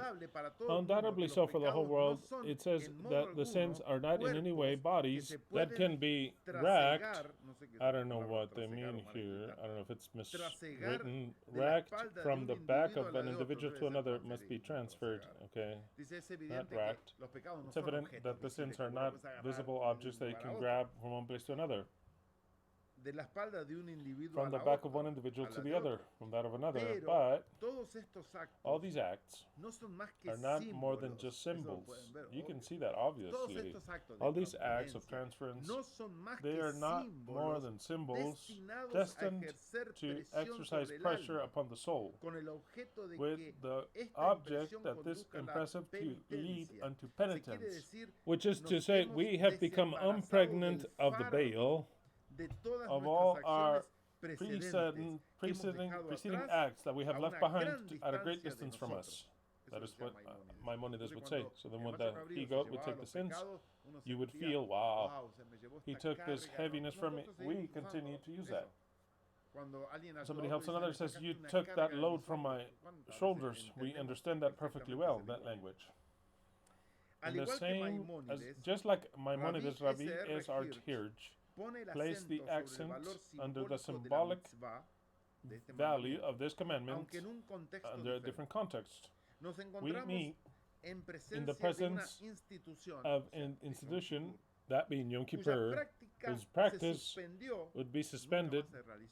It never again was done from the destruction of the temple. It was never done again. So then they must have up unto here with sins. Symbolically speaking, they believed in the stupid shit that they could take it like that. Never again was it done. Since the temple was destroyed, it was never done again. And never again, no one did it. Who will do it? LVE. Once and for all. So then, all those who only remember by celebrating, by not eating, they're not fulfilling Yom Kippur. We will do Yom Kippur. For the first time, afterwards, after the destruction of the temple. And when was the destruction of the temple? 2,000 years ago. So then the continuity comes. Yeshua comes, and then years later, the temple was destroyed, no more Yom Kippur. And now is the moment of doing Yom Kippur. They don't understand it. What are they going to do if they don't understand it? It says, we are before the presence of an institution whose practice was suspended from the destruction of the temple, but which was the culminating point of the entire ceremony, the most important part. They cannot practice it anymore. It was the climax, the orgasm of this feast. It was that right there. The orgasm of the entire feast was Yom Kippur. And it was kept as the sacred day by excellence. The two he-goats of Yom Kippur were, according to the tradition, they were rigorously identical. Age, color, price, nothing could set them apart. They were identical. At the same time, they were presented before the priest, who would place upon them a golden plate, which was engraved in it the word that sends them to perdition or the consecration, one of the two. Either consecration or perdition, that's what this feast is. Either Yahweh tells us to fuck off, or it's the consecration thereof. That's the way it is. That's the way it is. It is true that this sacrifice was one of the most powerful symbols that the Torah knows. It is the most powerful symbol that the Torah knows. The entire day of Yom Kippur is placed under the sign or symbol of the complete renovation to which the Jews are called upon. Jews are the true ones, rather. But the total renovation, look, they say we don't understand that thing, but we explain what we can perceive about it, what the fuck that day is that's so important. It could almost be said that it is not to be expected from God, but from oneself, which man should wait to be forgiven. Wow, here they got an A+. It says, in this aspect, it says, it could be said, they don't want to even sign it, that it is not of God but of himself, but of man himself, of whom man should expect forgiveness. Is not of God. What forgiveness do we wait from God? What the fuck did we do to God? Nothing. We're upset against Yahweh. How many times did we do to God? How can we affect God? No, because God is very jealous. Fuck that. I mean, what is he talking about? What did we do to God? How could we do anything to God? He lives somewhere else in a different dimension. He has any problem. The only thing that we could ever have done was not done in my pleasing when it came to earth. We need more lashings, a bigger crown, make him carry a longer route, his cross, and for no one to help him, and just a little longer, and also to have married him for 30, 40 years, give or take. To have children, and to see how they turn out. So then it was easy. We went easy on him, but the Christian says, oh, may God forgive us of what? Forgive us what? The forgiveness has to be born in us. The first and greatest forgiveness that you can expect for a change in your life is yours. It is your own. Not that of the rest, not of God. The forgiveness of God is no good for you. It was never any good for you. The forgiveness of the guilt that they made us believe that was imposed upon us by God, it is that of ours. When I say I forgive myself because I was subjected to this, your life starts to change. The people, they're always looking for the forgiveness of God, of the forgiveness of others, and their own, they cannot forgive themselves. How many times have you heard that phrase? I cannot forgive myself. And the anguish that they have, that anguish, if they were to take it out, both, as praying, God forgive me, in 10,000 hours praying, maybe you feel a sensation of feeling good, that heaviness was taken from you. It'd be better for you to kneel down in my name. I forgive myself. Do tapping. I forgive myself. I love myself. How does tapping begin? You already forgot what tapping is. I understand. You don't even know what tapping is. What is he talking about? Okay. But for those that remember what tapping is, they remember how the words begin. Let's ask Ale, for example. What are the first words of tapping, Ale? He doesn't know. This is what was tapping? The first words of tapping say, I accept myself, and I love myself, and I forgive myself, and I accept the way I am. That right there is something so terrible to human beings. And if you're a Christian, to love oneself, no, but I have this tendency, love the way you are, and forgive yourself. Because you are the God that decides to forgive yourself or not. You're the God. You are. If you do not understand that, you have never understood a thing of the eternal truth. The God that decides the forgiveness and liberation of your slavery is you. The only one that has the key to open and unchain you is you. You are imprisoned and you have the key.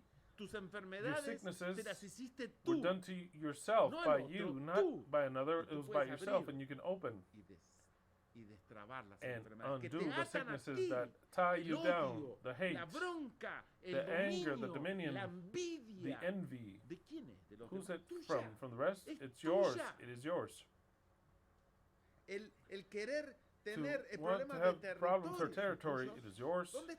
Where's the key? And we, Angelina, if you call her, she can get to tell you where you can find them, what part of your body. The key is, and it depends on you if you want to use it. It depends on you.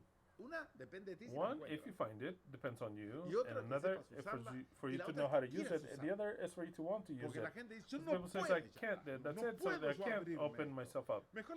I'll ask another to help me, to free me, to open me. No.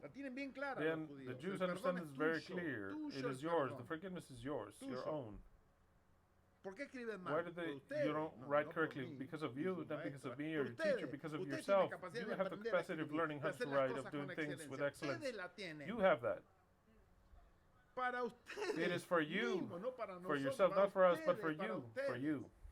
You live with an oppressing guy, tell him to fuck off. It's time for you to have your liberty. I don't want to be with you anymore. And say, that's the way it is. It's the way it is. In every aspect of your life. Every aspect of your life. You live with the belief of, oh, you did this and you did that and you... I forgive myself. Oh, no, that you did this, you deceived and lied, and I forgive you everything. We have the potential of being able to forgive ourselves. Yes, of course. Yes, of course. It is not God that has to forgive you. It is you yourself. You. Very well. What does this Jew say here? Okay. It could almost be said that it is not of God, but of oneself that man should expect forgiveness. Every man possesses in an integral way, and in every instant of his own life, the faculty of being able to find his own path to good and evil. Of course, of course. No stepping sign of that original sin, no sign of that original sin of which Christianity has not believed to be able to undo themselves. No, because I have the original sin of Adam. Of Adam. Wow. We have the curses of Adam, but no fucking sin of Adam. What the fuck do I care about Adam's sin or my grandparents or anything? I have the curses, yes, and aside from sin, it doesn't exist anymore. What I'm going to place upon Yahweh is all the curses that I place upon him, but in order for that to initiate, I have to forgive myself. Because if I feel guilty, how the fuck am I going to guilt another if I'm the guilty one? No. Place the hands upon me and blame me. No, blame the other. So then first, you have to forgive yourself. It has to be born here. I am perfect. And I am just. And I am not guilty. So then, who is the one to blame? This son of a bitch, Azazel. This one. Let's place the hands upon him, and we have to, every one of them, go against him. Everything upon him, absolutely everything. Everything. And so then, that's the way it'll be fulfilled. Yom Kippur, well, which is what the rite says. He shall confess all the sins, it says. All the sins. And Christianity cannot undo themselves from that. They can't. They are bound because it is your fault, my fault, and obey this, or else you go to hell, which is what you deserve. How am I going to deserve hell? The hell is deserved by Yahweh. That is why we're going to send him to the desert, because he deserves it. It changes your entire mentality, absolutely.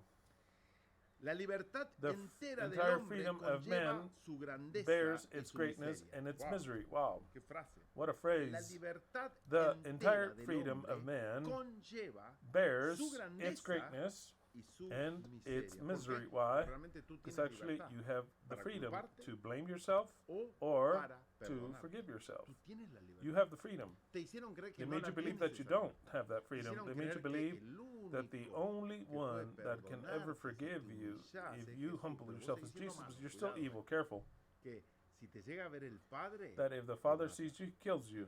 But when the Father wants to see you, Christ interposes. Christ Jesus, who died 2,000 years ago. Christ Jesus interposes and covers you. So it says the Father can't see you because he wants to see you to exterminate you. He says, come here, son. And the son says, no. I am between man who deserves that from you, who deserves to die. who deserves to die for his own sins. He's an ungrateful person, never thankful. But look at me, that I gave my life for these idiots, this group of sinners. I gave my life, and the Father says, oh, my son, I see you. And so then I forgive them. That is what the Christianity is, the most authentic one, and even the most stupid one, that the people believe in that. And the people will have to learn to forgive themselves. And when forgiveness comes to change, to be just. Before the sanctuary, we present ourselves with all the elements of this freedom that makes us the lesson too difficult to be learned, but also so noble. But on that day of Kippur, it teaches us that all the intermediate option is impossible. There's no intermediate option. No, there are no three he-goats before the Kohen Gadol, but only two. We don't have another option. When we reject the path towards the sanctuary, we just have the desert, the nothingness. Just, how spectacular, right? With the two he-goats, you will choose what you have left. Either you blame the he-goat for him to leave, or you leave with him. That's the way it is. It's very clear.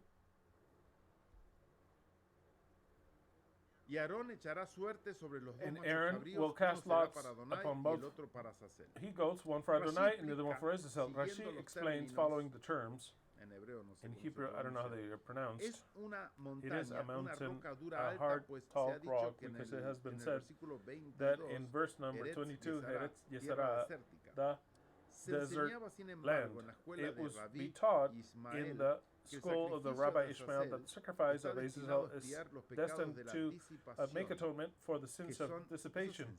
This is what it was taught. It is not the sins of the dissipation, but all the sins. But oh well. Here's where they start to try to understand. Because they cannot understand that moment. It takes all the sins out. It is the sins of the dissipation harashot, which is Maseh, Usa, Be'asasel. The work of the fallen angels according to the Genesis chapter 6 that were given to the dissipation with the women of men. They start to make things up already by saying, no, the thing is that we have to forgive the sins of the fallen angels. So what? There's no fallen angels, no sex happened between the angels and human beings. All that is just a parody or parable. The Halá concluded, yet that is the thought. The Halá concluded yet that the he-goat, the scapegoat, absolves all the sins, light and heavy, with the exception of the Tunat Mikdash Utash Shafat, atoned by another he-goat. In other words, there's always an exception. It says he forgives all the sins, but not one group. Complete conception is completely different is exposed by Rabbi Eliezer Hagadol. You know why everyone can think whatever they want? Because as the center of religion, they don't know what it is. So then every rabbi teaches whatever they want.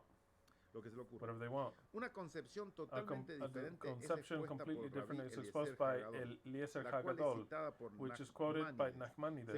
According to them, Azazel represents the demons of the desert. What? Or the genius of evil, identified by the rest as the angel Samael. This interpretation is derived from the fact that the word Serim, employed here, which means he-goat, is found in chapter.